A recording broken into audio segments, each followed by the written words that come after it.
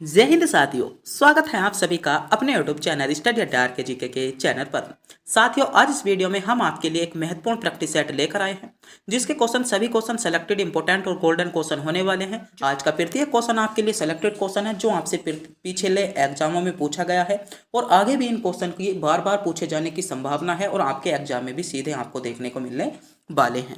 तो मेरे प्यारे दोस्तों, आज की वीडियो आपके लिए बहुत ही ज़्यादा इंपॉर्टेंट और गोल्डन क्वेश्चनों के साथ होने वाली है। सभी क्वेश्चन सेलेक्टेड हैं, तो वीडियो को पूरा ध्यान से जरूर देखिएगा और हमारे चैनल पर नए हो तो चैनल को सब्सक्राइब, वीडियो को लाइक और अपने दोस्तों के पास वीडियो को शेयर भी जरूर कर दीजिएगा। तो बिना टाइम गवाए करते हैं वीडियो को स्टार्ट। आपका पहला क्वेश्चन है, थार मारुभूमि कहाँ स्थित है? ऑप्शन है गुजरात में, राजस्थान में, पंजाब में या हरियाणा में। तो आपने नाम सुना होगा एक थार मरुस्थल। तो थार मरुस्थल जो है भारत का सबसे बड़ा मरुस्थल है। कौन सा मरुस्थल है? भारत का सबसे बड़ा मरुस्थल है जो आपके राजस्थान क्षेत्र में देखने को मिलता है। जब मरुस्थल की बात आ गई है तो बात करते हैं विश्व का सबसे बड़ा मरुस्थल कौन सा है। तो मेरे दोस्तों, जो विश्व का सबसे बड़ा मरुस्थल है वह है आपका सहारा मरुस्थल। कौन सा मरुस्थल? सहारा मरुस्थल विश्व का सबसे बड़ा मरुस्थल है। बात कर लेते हैं कि एशिया का सबसे बड़ा मरुस्थल कौन सा है। तो एशिया का मेरे दोस्तों जो सबसे बड़ा मरुस्थल है वह है आपका गोबी मरुस्थल। कौन सा मरुस्थल है? गोबी मरुस्थल। तो क्वेश्चन आपसे पूछा गया था थार मारुभूमि कहाँ पर स्थित है। तो थार मारुभूमि जो है वह आपके भारत के आपको राजस्थान राज्य में देखने को मिलती है। जैसलमेर वाला जिला बीकानेर में और जयपुर वाला जिला जो है वह आपका थार मरुस्थल के अंतर्गत ही आता है। तो इसमें बी विकल्प के साथ आपका बिल्कुल करेक्ट जवाब होगा जिन बच्चों ने विकल्प बी को चुना है। अगला क्वेश्चन देखते हैं। अगला क्वेश्चन आपसे पूछा गया है, वर्तमान में भारत के किस स्थान को सफेद पानी के नाम से जाना जाता है? इंपॉर्टेंट क्वेश्चन है, 3 स्टार इस क्वेश्चन को दूंगा। क्वेश्चन सीधा आपको एग्जाम में देखने को मिलने वाला है कि भारत में ऐसा कौन सा स्थान है जिसे हम सफेद पानी के नाम से जानते हैं। बताइए, सफेद पानी के नाम से भारत में जाने वाला नाम। ऑप्शन है आपका लेह, लद्दाख, कारगिल या सियाचिन ग्लेशियर। तो बताइए, भारत में सफेद पानी के नाम से जो जाना जाता है मेरे दोस्तों वह आपका सियाचिन ग्लेशियर को जाना जाता है। इसमें डी विकल्प के साथ आपका बिल्कुल करेक्ट जवाब होगा जिन बच्चों ने विकल्प डी यानी सियाचिन ग्लेशियर को चुनने की कोशिश की है या सियाचिन ग्लेशियर को जो बच्चे चुन रहे थे। अगला क्वेश्चन है आपका, लक्षद्वीप समूह कहाँ स्थित है? ऑप्शन है अरब सागर में, बंगाल की खाड़ी में, हिंद महासागर में या इनमें से कोई नहीं। तो विकल्प आपके सामने शो हो रहे हैं। सोचिएगा, समझिएगा, कमेंट बॉक्स में बताइएगा कि लक्षद्वीप जो समूह है वह आपका कहाँ पर स्थित है। तो मेरे दोस्तों, जो लक्षद्वीप समूह है वह आपका कहाँ पर है? तो लक्षद्वीप समूह आपका अरब सागर में है। और कई बार क्वेश्चन पूछ लिया गया है कि भारत किस महासागर के गोद में है। तो भारत जो है वह आपका हिंद महासागर की गोद में है। तो क्वेश्चन आपका लक्षद्वीप से संबंधित था। ए विकल्प इसमें आपका बिल्कुल करेक्ट जवाब हो जाएगा। अगला क्वेश्चन है आपका, निम्नलिखित में से कौन सा दिन अंतर्राष्ट्रीय विकलांगता दिवस के रूप में बनाया जाता है? इंपॉर्टेंट क्वेश्चन, बार बार रिपीट क्वेश्चन होता है कि निम्नलिखित में से ऐसा कौन सा दिन है जो आपका अंतर्राष्ट्रीय विकलांगता दिवस के रूप में बनाया जाता है। ऑप्शन है 1 दिसंबर को, 3 दिसंबर, 25 दिसंबर या 31 दिसंबर। तो जो हम राष्ट्रीय विकलांगता दिवस के रूप में बनाते हैं हम आपको 3 दिसंबर को बनाते हैं। और 1 दिसंबर किस रूप में बनाया जाता है? तो 1 दिसंबर आपका विश्व एड्स दिवस, जो आपका बहुत ज़्यादा एग्जाम में पूछा जाता है। विश्व एड्स दिवस कब बनाया जाता है? तो विश्व एड्स दिवस आपका 1 दिसंबर को बनाया जाता है। तो क्वेश्चन मेरे साथियों आपसे पूछा गया था अंतर्राष्ट्रीय विकलांगता दिवस आपका 3 दिसंबर। बी विकल्प के साथ आपका बिल्कुल करेक्ट जवाब हो जाता है। अगला क्वेश्चन है मेरे दोस्तों आपका, हरिश्चंद्र के लेखक कौन है? ऑप्शन है हरिसिंह, बाणभट्ट, अरम सिंह या कालिदास। तो हरिश्चरित्र, जो आपकी हर्षचरित्र जो पुस्तक है उसके लेखक आपके कौन है? तो उसके लेखक कौन हो जाएंगे? आपका सही जवाब होगा कौन है? तो बाणभट्ट इसमें बी विकल्प के साथ आपका करेक्ट जवाब होगा। कई बार क्वेश्चन पूछा जाता है कि बाणभट्ट जो थे वे किसके दरबारी कवि थे। तो बाणभट्ट जो कवि थे वह आपके हर्षवर्धन के कवि थे। इंपॉर्टेंट क्वेश्चन है ये कि बाणभट्ट किसके दरबारी कवि थे। तो बाणभट्ट जो थे आपके हर्षवर्धन के दरबारी कवि थे। और इनकी दो पुस्तक जो इंपॉर्टेंट पुस्तक है हरिश्चरित्रम और कदम्बरी। इंपॉर्टेंट क्वेश्चन है, कई बार हिंदी में क्वेश्चन पूछ लिया जाता है कि कदम्बरी और हरिश्चरित्र जो पुस्तक है वह किसकी है। तो वह आपकी बाणभट्टी इसमें आपका बिल्कुल करेक्ट जवाब होगा। अगला क्वेश्चन है आपका, नाट्य शास्त्र के रचयिता कौन है? ऑप्शन है भरत मुनि, नारद मुनि, झुंड मुनि या व्यास मुनि। बताइएगा, सोचिएगा, समझिएगा। आपसे क्वेश्चन पूछा गया है कि नाट्य शास्त्र तो मेरे दोस्तों जो नाट्य शास्त्र के आपके रचयिता हैं वह आपके भरत मुनि हैं। ए विकल्प जिन बच्चों ने चुना है बिल्कुल सही चुना है। ए विकल्प की ओर जा रहे सभी बच्चों का जवाब बिल्कुल करेक्ट जवाब हो जाएगा। अगर मेरे प्यारे साथियों आप भी हमारे चैनल पर नए हो तो चैनल को सब्सक्राइब, वीडियो को लाइक जरूर कीजिएगा, क्योंकि हम आपके लिए गोल्डन क्वेश्चन के साथ एक वीडियो लेकर आते हैं। अगला क्वेश्चन है आपका, राष्ट्रीय गान जन गण मन सर्वप्रथम कब और कहां पर गाया गया? ऑप्शन है 1911 में कोलकाता में, 1950 में दिल्ली में, 1931 में कोलकाता में, या 1996 में कोलकाता में। तो बताइएगा जो आपका राष्ट्रीय गान है जन गण मन वह सर्वप्रथम कहां पर गाया गया था? तो मेरे दोस्तों जो आपका राष्ट्रीय गान है जन गण मन वह सर्वप्रथम आपका कहां पर गाया गया था? तो सही जवाब होगा 1911 में आपका कोलकाता में गाया गया था, जब आपका बंगाली और हिंदी भाषा का अधिवेशन हुआ था उस टाइम पर भारत में क्या राष्ट्रीय गान जन गण मन को गाया गया था। इसमें ए विकल्प के साथ आपका बिल्कुल करेक्ट जवाब होगा जिन बच्चों ने विकल्प ए को चुना है। अगला क्वेश्चन देखते हैं। अगला क्वेश्चन बहुत ही ज्यादा सेलेक्टेड क्वेश्चन, इंपॉर्टेंट क्वेश्चन, 100% इस क्वेश्चन के आने के चांसेस हैं। क्वेश्चन है भारत रत्न सम्मान प्रदान करने वाली प्रथम महिला है। ऑप्शन है मदर टेरेसा, लता मंगेशकर, इंदिरा गांधी, या सरोजिनी नायडू। तो बताइएगा, विकल्प आपके सामने शो हो रहे हैं, सोचिएगा समझिएगा, कमेंट बॉक्स में हमको बताइएगा भारत रत्न सम्मान प्राप्त करने वाली भारत की प्रथम महिला कौन बनी है? तो मेरे दोस्तों जो भारत रत्न प्राप्त किया है प्रथम महिला जो बनी है वह आपकी कौन बनी है? इंदिरा गांधी। इंदिरा गांधी भारत में प्रथम रत्न क्या है, भारत रत्न प्राप्त करने वाली महिला बनी है। जिनको जो भारत रत्न मिला था वह आपका 1971 में मिला था। कब मिला था? इंदिरा गांधी को जो आपका भारत रत्न दिया गया था 1971 में दिया गया था और पहली महिला बनी है। बात कर लेते हैं मदर टेरेसा को। तो मदर टेरेसा को जो मेरे दोस्तों आपका भारत रत्न मिला था वह आपका 1980 में मिला था। बहुत ज़्यादा क्वेश्चन पूछा जाता है। और इन्हें एक नोबेल पुरस्कार और दिया गया था शांति के मामले में। वह कब मिला था? तो वह आपको 1 साल पहले मिल गया था इनको 1979 में। कब मिल गया था? 1979 में। बात कर लेते हैं लता मंगेशकर को कि लता मंगेशकर को आपका जो मिला था भारत रत्न कब मिला था?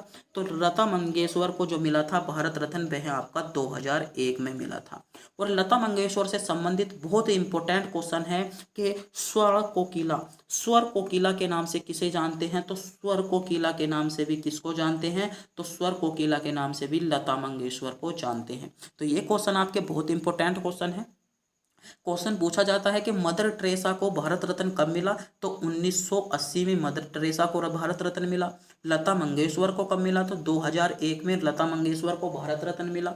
इंदिरा गांधी को भारत रत्न कब मिला? तो इंदिरा गांधी को भारत रत्न जो मिला था 1900 कब मिला था? 1971 में मिला।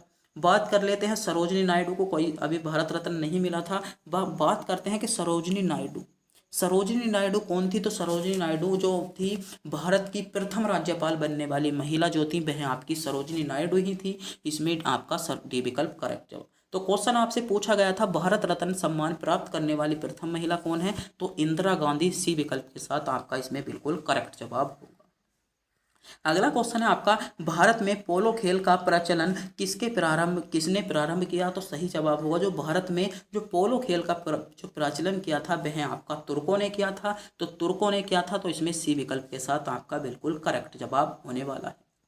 अगले क्वेश्चन देखते हैं। अगला क्वेश्चन है आपका, भारत का संविधान लागू होने तक स्वतंत्रता के पश्चात इसका शासन किसके अंतर्गत चला था? जब आपका भारतीय संविधान लागू होने तक, जो भारत का संविधान लागू होने तक जब अपना देश स्वतंत्र हो गया था तो उस पश्चात जो शासन चला था किसके अंतर्गत चला था? ऑप्शन है भारतीय नेताओं के परामर्श के बने कानून द्वारा। तो बिल्कुल गलत जवाब होगा इंग्लैंड के संविधानानुसार। तो क्योंकि अंग्रेजों को तो गोरों को तो हमने बिल्कुल ही खत्म कर दिया था। दो विकल्प आपके बिल्कुल गलत हो जाएंगे। अगला है 1935 के भारत सरकार अधिनियम द्वारा। तो ये जवाब बिल्कुल सही जवाब है आपका। जो जब भारत का संविधान लागू होने से पहले जब हमारा भारत स्वतंत्र हो गया था तो उसका शासन जो चला था वह आपका 1935 के भारत सरकार अधिनियम के अनुसार चला था। इसमें सी विकल्प के साथ आपका बिल्कुल करेक्ट जवाब हो जाएगा। अगला क्वेश्चन है मेरे दोस्तों, भारत में स्वतंत्रता के बाद प्रथम आम चुनाव कब संपन्न कराए गए? तो मेरे दोस्तों आपका इंपॉर्टेंट क्वेश्चन है। क्वेश्चन पूछा गया है कि भारत में स्वतंत्रता के बाद जो प्रथम जो आपके आम चुनाव संपन्न कराए गए थे वह आपके 1952 में प्रथम आम चुनाव संपन्न कराए गए थे। तो सी विकल्प जिन बच्चों ने चुना है बिल्कुल सही चुना है। सी विकल्प के साथ आपका बिल्कुल करेक्ट जवाब होने वाला है। अगला क्वेश्चन है आपका, किस प्रधानमंत्री के कार्यकाल के दौरान दो दो उप प्रधानमंत्रियों को एक साल नियुक्त किया? ऑप्शन है पंडित जवाहरलाल नेहरू, मोरारजी देसाई, इंदिरा गांधी या पीवी नेहरू। बहुत ही ज्यादा सिलेक्टेड क्वेश्चन, 100% इस क्वेश्चन के चांसेस हैं। अधिकतर टीचरों को भी इस क्वेश्चन का नहीं पता होता है और अधिकतर बच्चों को तो इस क्वेश्चन का नहीं पता होता। यह क्वेश्चन आपके साथ का जो भी आपका साथी है, यह क्वेश्चन उसके सामने रख दीजिएगा, बिल्कुल गलत जवाब बताएगा, इस क्वेश्चन का जवाब बता ही नहीं सकता। क्वेश्चन है आपका, किस प्रधानमंत्री के कार्यकाल के दौरान दो दो उप प्रधानमंत्री को एक साथ नियुक्त किया गया था? तो मेरे दोस्तों वह था आपका मोरारजी देसाई।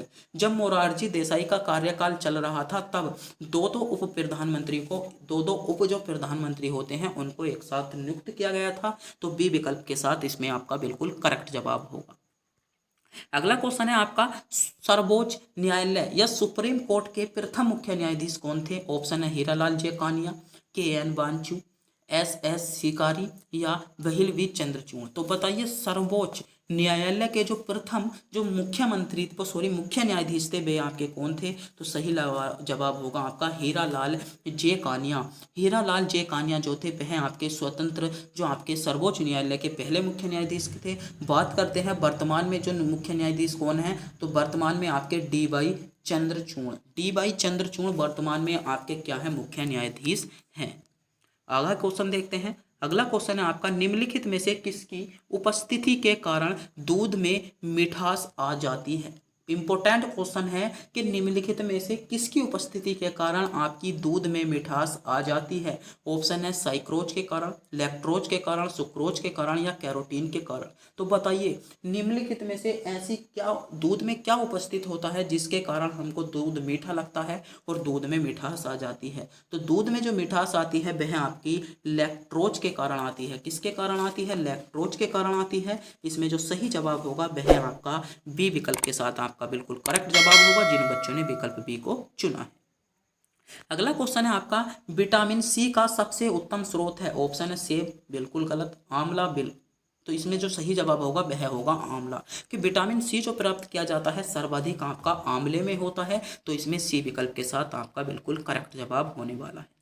अगला क्वेश्चन है, भारत के राष्ट्रीय गीत के रचयिता कौन है? ऑप्शन है रविंद्रनाथ टैगोर, बंकिम चंद्र चटर्जी, सर मोहम्मद इकबाल या सरोजनी नायडू। तो सोचिएगा, समझिएगा, क्वेश्चन पर विचार कीजिएगा और कमेंट बॉक्स में हमको बताइएगा भारत के राष्ट्रीय जो गीत है उसके रचयिता कौन है। तो मेरे दोस्तों बताइएगा भारत में जो राष्ट्रीय गीत गाया जाता है, जो भारत का राष्ट्रीय गीत है उसके रचयिता आपके कौन है? तो मेरे दोस्तों जो भारत के राष्ट्रीय गीत के रचयिता हैं वे कौन है आपके? तो सही जवाब होगा बंकिम चंद्र चटर्जी। यानी बी विकल्प की ओर जा रहे सभी बच्चों का जवाब बिल्कुल करेक्ट जवाब होगा। जिन बच्चों ने विकल्प बी को चुना है, बंकिम चंद्र चटर्जी को जिन बच्चों ने चुना है, बिल्कुल सही चुना है। बी विकल्प के साथ इसमें आपका बिल्कुल करेक्ट जवाब होने वाला है। आगे क्वेश्चन को देखते हैं। अगला क्वेश्चन है आपका, निम्नलिखित में से कौन एक बलित पर्वत है? ऑप्शन है नीलगिरी, हिमालय, सतपुड़ा या इनमें से कोई नहीं। तो आपसे क्वेश्चन पूछा गया है निम्नलिखित में से एक बलित पर्वत। तो बलित पर्वत जो है मेरे दोस्तों हिमालय आपका एक बलित पर्वत है। यानी बी विकल्प के साथ इसमें आपका बिल्कुल करेक्ट जवाब हो जाएगा। अगले क्वेश्चन पर बढ़ते हैं। अगला क्वेश्चन है आपका, विख्यात सोमनाथ मंदिर को किसने नष्ट किया? ऑप्शन है मोहम्मद बिन कासिम ने, सुल्तान मोहम्मद गजनबी ने, कुतुबुद्दीन ऐबक ने या मोहम्मद गोरी ने। तो बताइए विख्यात जो आपका सोमनाथ मंदिर था उस पर आक्रमण किसने किया था या उसको नष्ट किसने कर दिया था? तो मेरे दोस्तों जो आपका विख्यात सोमनाथ मंदिर था उसे मोहम्मद गोरी या सुल्तान मोहम्मद ने क्या कर दिया गया था? नष्ट कर दिया था। इस पर आपका 1025 पे क्या किया था? मोहम्मद गजनबी ने आक्रमण कर दिया था। तो बी विकल्प के साथ इसमें आपका करेक्ट जवाब होगा। कई बार डेट भी पूछ ली जाती है। तो 1025 में इस पर क्या किया गया था? आक्रमण किया गया था। अगला क्वेश्चन है आपका, त्रिपिटक धार्मिक ग्रंथ है? ऑप्शन है जैनों के, हिंदुओं के, मुसलमानों के या बौद्धों के। तो अगर आपने जो आपका प्राचीन इतिहास है गौर से पढ़ा होगा तो उसमें क्वेश्चन पूछा जाता है कि त्रिपिटक धार्मिक ग्रंथ। तो मेरे दोस्तों जो त्रिपिटक धार्मिक ग्रंथ हैं वे हैं आपके बौद्धों के। यानी डी विकल्प के साथ इसमें आपका बिल्कुल करेक्ट जवाब हो जाएगा। अगला क्वेश्चन है आपका, अंतरराष्ट्रीय मानकीकरण संगठन ISO का मुख्यालय है। ऑप्शन है ढाका में, जिनेवा में, न्यूयॉर्क में या लंदन में। तो बताइए अंतरराष्ट्रीय जो आपका मानकीकरण संगठन ISO है उसका मुख्यालय कहाँ पर है? तो उसका मुख्यालय आपका कहाँ पर हो जाएगा? जिनेवा में है। बात कर लेते हैं इसके मुख्यालय की स्थापना कब की गई थी। इंपॉर्टेंट क्वेश्चन है क्योंकि यह क्वेश्चन भी आपसे पूछा गया है कि इसके मुख्यालय की स्थापना आपकी कब की गई थी। तो इसके मुख्यालय की स्थापना आपकी कब की गई थी? 1945 में की गई थी। बात कर लेते हैं जिनेवा कहाँ की राजधानी है। तो जिनेवा आपकी स्विट्जरलैंड की राजधानी है। बात करते हैं ढाका तो कहाँ की है? बांग्लादेश की है। और लंदन आपकी कहाँ की राजधानी है? आपकी ब्रिटेन की है। तो एक राजधानी बचती है न्यूयॉर्क। तो अगर आप भी इस क्वेश्चन का जवाब जानते हैं तो हमको कमेंट बॉक्स में बताइएगा न्यूयॉर्क कहाँ की राजधानी है। यह क्वेश्चन हम आपको टेस्ट के रूप में देते हैं।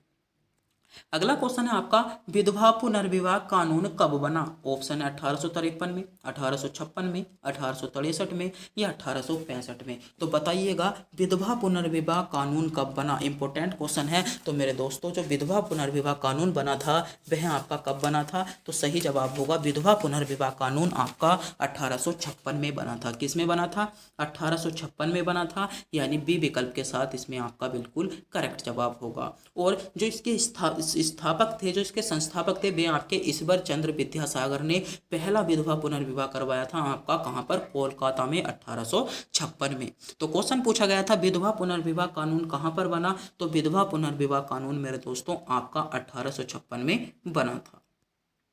अगला क्वेश्चन है, लेंस की क्षमता का एसआई मात्रक है। तो मेरे दोस्त को जो लेंस की क्षमता है उसका एसआई मात्रक आपका डायोप्टर होता है, यानी इसमें सी विकल्प इसमें आपका बिल्कुल करेक्ट जवाब होगा जिन बच्चों ने विकल्प सी यानी डायोप्टर को चुना है। आगे क्वेश्चन देखते हैं। अगला क्वेश्चन है, भारत का सबसे लंबा बांध कौन सा है? ऑप्शन है भाखड़ा नांगल बांध, इंदिरा गांधी सागर बांध, हीराकुंडा बांध या नागुरचन बांध। तो बताइएगा भारत का सबसे लंबा बांध पूछा गया है। इस क्वेश्चन का जवाब आपको कमेंट बॉक्स में बताइए, जल्दी से जल्दी बताइए। तक मैं इन क्वेश्चन के बारे में कुछ लिखता हूँ, आप सोचिएगा समझिएगा और बताइएगा कि भारत का जो आपका सबसे लंबा बांध है वह आपका कौन सा है। तो इन जो आपके विकल्प दिए गए हैं इतना मैं इनके बारे में कुछ लिखता हूँ, जल्दी से जल्दी सोचिएगा और बताइएगा। भारत का जो सबसे बड़ा बांध है वह आपका कौन सा है? चार विकल्प आपके सामने हैं। भाखड़ा नांगल बांध है, इंदिरा गांधी सागर बांध है, और आपका कौन सा हीराकुंडा बांध है, और आपका कौन सा नाम है? नागार्जुन बांध है। तो बताइएगा कहाँ पर है आपके, कौन सा है? सोचिएगा समझिएगा। तो सही जवाब क्या होगा आपका? इसमें करेक्ट जवाब होगा जो भारत का सबसे लंबा बांध है वह आपका हीराकुंडा बांध है, यानी सी विकल्प के साथ इसमें आपका बिल्कुल करेक्ट जवाब होगा। जो आपका कहाँ पर है? तो यह आपका जो है आपका बिल्कुल करेक्ट जवाब होगा उड़ीसा में महानदी पर है। बात करते हैं भाखड़ा नांगल बांध की। तो भाखड़ा नांगल बांध कहाँ पर है? भाखड़ा नांगल बांध आपका सतलुज में है, सतलुज नदी पर है और पंजाब राज्य में स्थित है। बात करते हैं इंदिरा सागर बांध की। तो यह आपका मध्य प्रदेश में है और नर्मदा नदी पर है। हीराकुंडा बांध की बात करें तो हीराकुंडा बांध आपका उड़ीसा राज्य में है और महानदी पर है। और नागार्जुन बांध आपका कहाँ पर है? तेलंगाना में है। और कौन सी नदी पर है? तो यह हो जाएगा आपका कृष्णा नदी पर। तो क्वेश्चन आपसे पूछा गया था भारत का सबसे लंबा बांध कौन सा है? तो हीराकुंडा बांध आपका सही जवाब होगा जो आपका महानदी पर और उड़ीसा राज्य में बना हुआ है। बात करते हैं भाखड़ा नांगल बांध की। तो यह आपका पंजाब में सतलुज नदी पर है। इंदिरा गांधी सागर बांध आपका नर्मदा नदी पर बना है और कहाँ पर है? मध्य प्रदेश में है। नागार्जुन बांध यह आपका तेलंगाना पे है और कृष्णा नदी पर बना है। अगला क्वेश्चन है आपका, विश्व का प्रथम विश्वविद्यालय कौन सा है? ऑप्शन है पेरिस विश्वविद्यालय, इलाहाबाद विश्वविद्यालय, तक्षशिला विश्वविद्यालय या असम विश्वविद्यालय। बताइए विश्व का प्रथम विश्वविद्यालय कौन सा है? तो मेरे दोस्तों जो विश्व का प्रथम विश्वविद्यालय है वह आपका हो जाएगा तक्षशिला विश्वविद्यालय। आपका क्या है? विश्व का प्रथम विश्वविद्यालय जो इस टाइम वर्तमान में आपका पाकिस्तान में स्थित है। अगला क्वेश्चन आपसे पूछा गया है, भारत का सबसे ऊंची मीनार कौन सी है? ऑप्शन है चार मीनार, कुतुब मीनार, झूलता मीनार या शहीद मीनार। तो बताइए भारत की जो सबसे बड़ी मीनार है वह आपकी कौन सी है? बताइए, आपके विकल्प आपके सामने है, सोचिएगा समझिएगा, कमेंट बॉक्स में हमको बताइएगा कि भारत की सबसे बड़ी मीनार है वह आपकी कौन सी है। विकल्प आपके सामने शो हो रहे हैं, बताइएगा इतना मैं इनके जगह के बारे में लिख देता हूँ कि कौन सा कहाँ पर स्थित है। तो बताइए बताइए। तो सही जवाब होगा जो भारत में जो सबसे ऊंची मीनार है वह आपकी कुतुब मीनार है, जो आपकी मेहरौली दिल्ली में स्थित है। बात करते हैं चार मीनार, तो चार मीनार आपकी हैदराबाद में स्थित है। बात करते हैं झूलता मीनार, तो झूलता मीनार आपकी अहमदाबाद में स्थित है। बात करते हैं शहीद मीनार को लेकर, तो शहीद मीनार जो है आपकी कोलकाता में स्थित है। तो कई बार क्वेश्चन इनकी स्थिति को लेकर भी पूछा गया है। तो चार मीनार आपकी हैदराबाद में होगी, कुतुब मीनार आपकी दिल्ली में होगी, झूलता मीनार आपकी कहाँ पर है, तो आपका अहमदाबाद में है, और शहीद मीनार आपकी कहाँ पर है, कोलकाता में है। तो यहाँ से भी आपसे क्वेश्चन पूछे जा सके हैं और बहुत ज़्यादा क्वेश्चन पूछे जाते भी हैं।